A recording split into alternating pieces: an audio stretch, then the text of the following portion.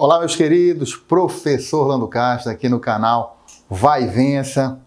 E hoje nós vamos começar a falar de atualidades. Eu queria também deixar um recadinho, se você não conhece ainda o Potencial Concurso, nos procure aqui no link embaixo, tem endereço das unidades da Almirante Barroso e da Cidade Nova, né? Preparando para você que vai com certeza entrar no concurso dos seus sonhos. Hoje nós vamos começar falando de Amazônia, né? Então vamos dar uma sequência de aulas aí sobre essa região geoestratégica, geoeconômica, né? E que é abordada na temática de atualidade. E para começar, nós vamos falar dos padrões de organização do espaço amazônico. Nós vamos entender como essa região é organizada.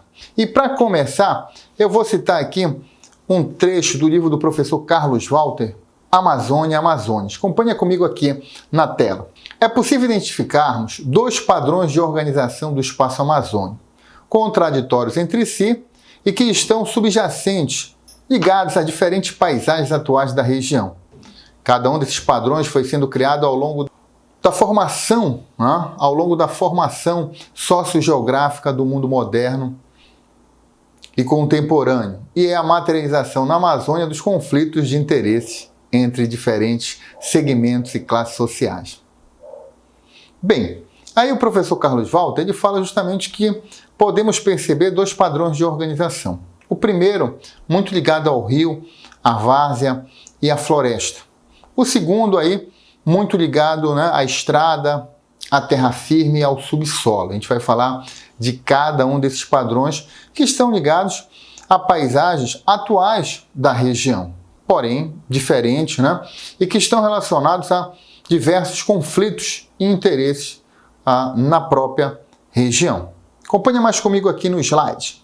O primeiro padrão de organização que nós vamos falar na aula de hoje é o padrão rio, várzea, floresta. Nesse padrão aí, que vai predominar do século XVI até 1960, a organização do espaço amazônico se estabeleceu em torno dos rios. A ocupação da região nasceu sob o signo da disputa territorial. Franceses, ingleses, holandeses, portugueses e espanhóis disputavam a região. A apropriação do espaço ocorreu pela fundação de fortes e missões religiosas, principalmente na desembocadura dos rios, onde os rios desagam. A exploração dos recursos naturais ocorreu inicialmente pela exploração das drogas do sertão, destinadas ao mercado europeu.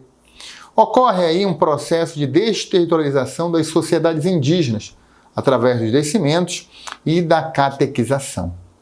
Em 1659, o Marquês de Pombal expulsa os jesuítas e implanta a Companhia de Comércio do Grão-Pará e Maranhão. Em face das grandes distâncias e do pequeno comércio, ganha destaque a figura do regatão.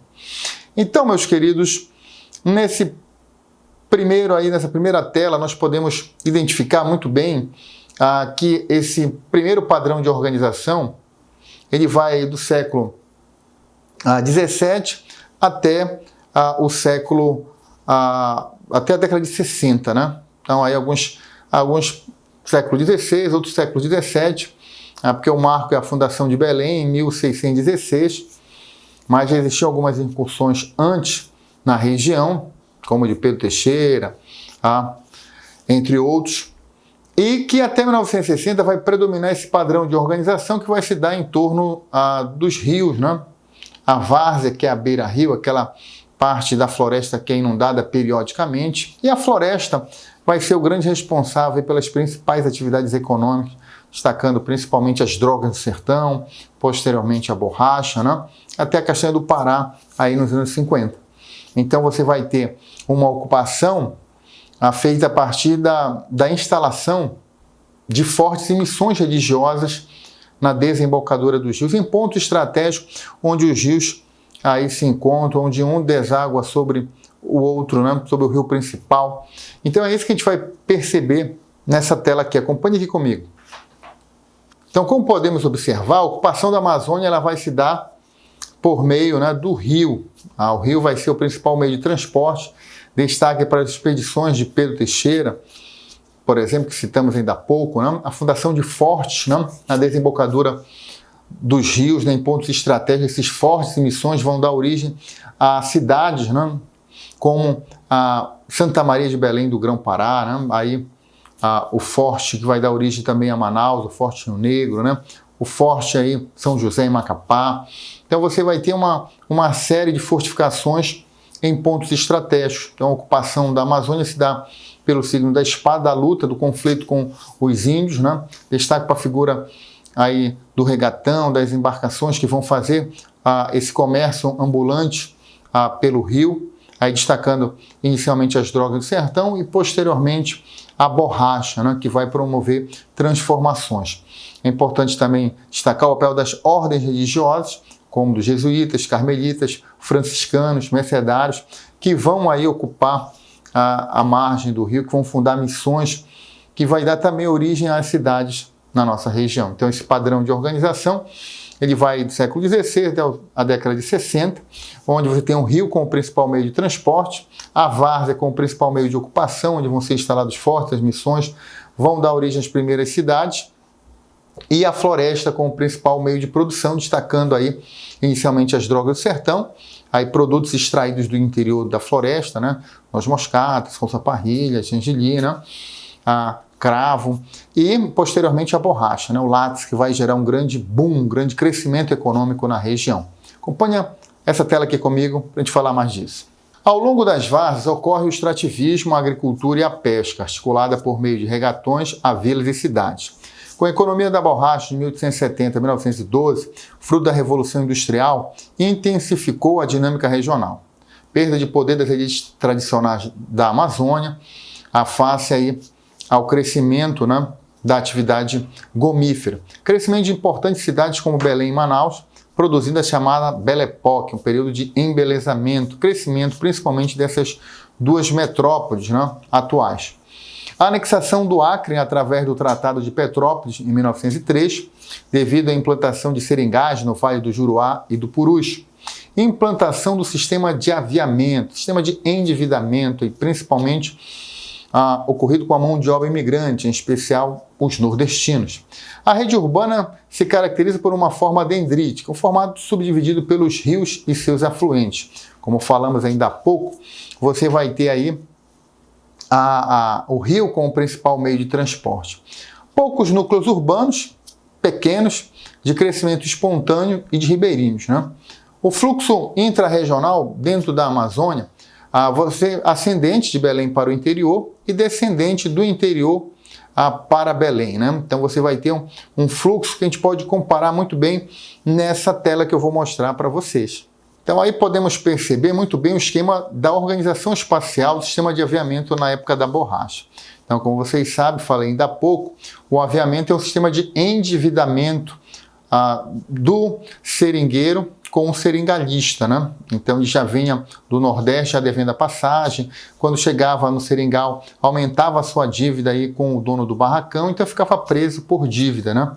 E aí você vai ter toda uma estrutura que vai desde de Belém e Manaus como grande centro comerciante e aviador, e aí alguns núcleos médio e pequeno, aí, e também o barracão até o barraco, né, do seringueiro na floresta. Então você tem uma organização muito interligada entre o núcleo, que é o grande centro comerciante, Belém ou Manaus, você tem aí um pequeno e médio núcleo, que está muito ligado aí à figura do seringal, onde você vai encontrar também o barracão, que é também onde você tem o processo do aviador, e o barraco do seringueiro aí, que vai ser o aviado, que vai ser aquele que vai se endividar. Então essa estrutura de organização ela vai ser muito comum aí no período da borracha na Amazônia. Acompanha mais uma tela aqui comigo. Nessa imagem podemos perceber a Belém, né, do início do século XX. E aí você vê as docas do reduto, né? Você percebe muito bem os casarões, né, com seus comércios aí, principalmente porque essa região era uma região que tinha aí um grande fluxo comercial, seja vindo do interior, como indo para o interior. Então você percebe muito bem aí essa relação com o rio, né, que vai predominar até 1960. e aos poucos isso vai sendo aí alterado. Então, é importante que a gente entenda que esse padrão de organização, o rio, várzea, floresta, ele vai ser o padrão que vai predominar até 1960. Então não esqueça aí que você vai ter a ocupação da Amazônia no sentido leste-oeste, no sentido aí da desembocadura, da foz do rio Amazonas para o interior principalmente. E a estratégia dos portugueses, como nós vimos o mapa do início, se deu por meio da fundação de fortes e missões religiosas, né? Você vai ter nesse processo o genocídio indígena, você vai ter um processo de etnocídio por meio da catequização, você vai ter a importância das ordens religiosas, destacando jesuítas, carmelitas, franciscanos, mercedários. Você vai ter a participação do Estado, né, garantindo a fortificação, garantindo aí a segurança da região por meio dos fortes. Então as primeiras cidades, né, vão surgir na beira do rio, como a Santa Maria de Belém do Grão-Pará, como Manaus, né, e as principais cidades mais antigas, fundadas aí por portugueses. Então, como Santa Cruz da Vila Viçosa de Cametá, como São João do Caeté, aí chamada de Bragança, né? Enfim, várias outras cidades que vão ser inicialmente fundadas pelas ordens religiosas, posteriormente vão ter seu nome modificado aí pelos portugueses, a partir do momento que Pombal expulsa os jesuítas em 1759, tornando aí, por exemplo, a tentativa de tornar o índio cidadão, trazendo aí a mão de obra africana, né, escrava, para trabalhar na região. Não esquecer aí que a floresta ela vai ser o principal meio de produção, destacando principalmente a atividade das drogas do sertão e, posteriormente, a borracha, né? E a borracha vai se destacar principalmente porque vai gerar um período chamado de Belle Époque, período de embelezamento, a origem da rivalidade entre Belém e Manaus pela primazia, pela liderança da região. Você vai ter também nesse período o fenômeno do aviamento, do endividamento, da escravidão por dívida. Nas palavras do grande escritor Euclides da Cunha, o nordestino ele trabalhava para se escravizar nos seringais da Amazônia. Um período aí que vai ter segundo tempo. Durante a Segunda Guerra Mundial, aí Vargas renasce aí a exploração da borracha na Amazônia para oferecer lápis para o exército americano, na medida em que os seringais da Malásia, né, que estavam aí sob o controle do Império Britânico, vai ser tomado pelos japoneses. Esses britânicos que foram responsáveis aí pela biopirataria, pelo sequestro, pelo roubo de mudas aqui da Amazônia para as suas colônias na Ásia, especialmente a Malásia.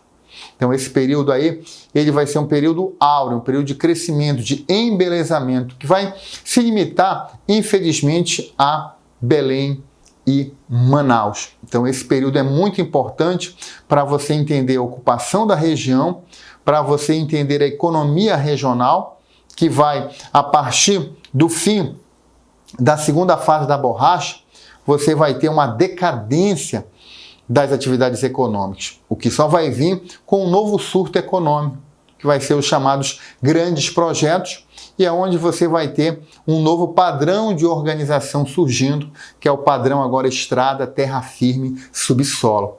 Assunto da nossa próxima aula. Então, se você gostou dessa aula, não esqueça de dar o seu like, de deixar seu comentário, de compartilhar com as pessoas aqui e mostrar para elas esse projeto que vai ajudar você a realizar o seu sonho de entrar em um concurso público, né? Entrar numa instituição aí pública. Então, muito obrigado e até a próxima. Fala concurseiro, hoje tenho mais uma dica para você. História e Geografia saíram, agora é atualidade. Matemática também saiu, agora é raciocínio lógico. Então, continue compartilhando e assistindo nosso canal. Faça como eu. Vai e vença!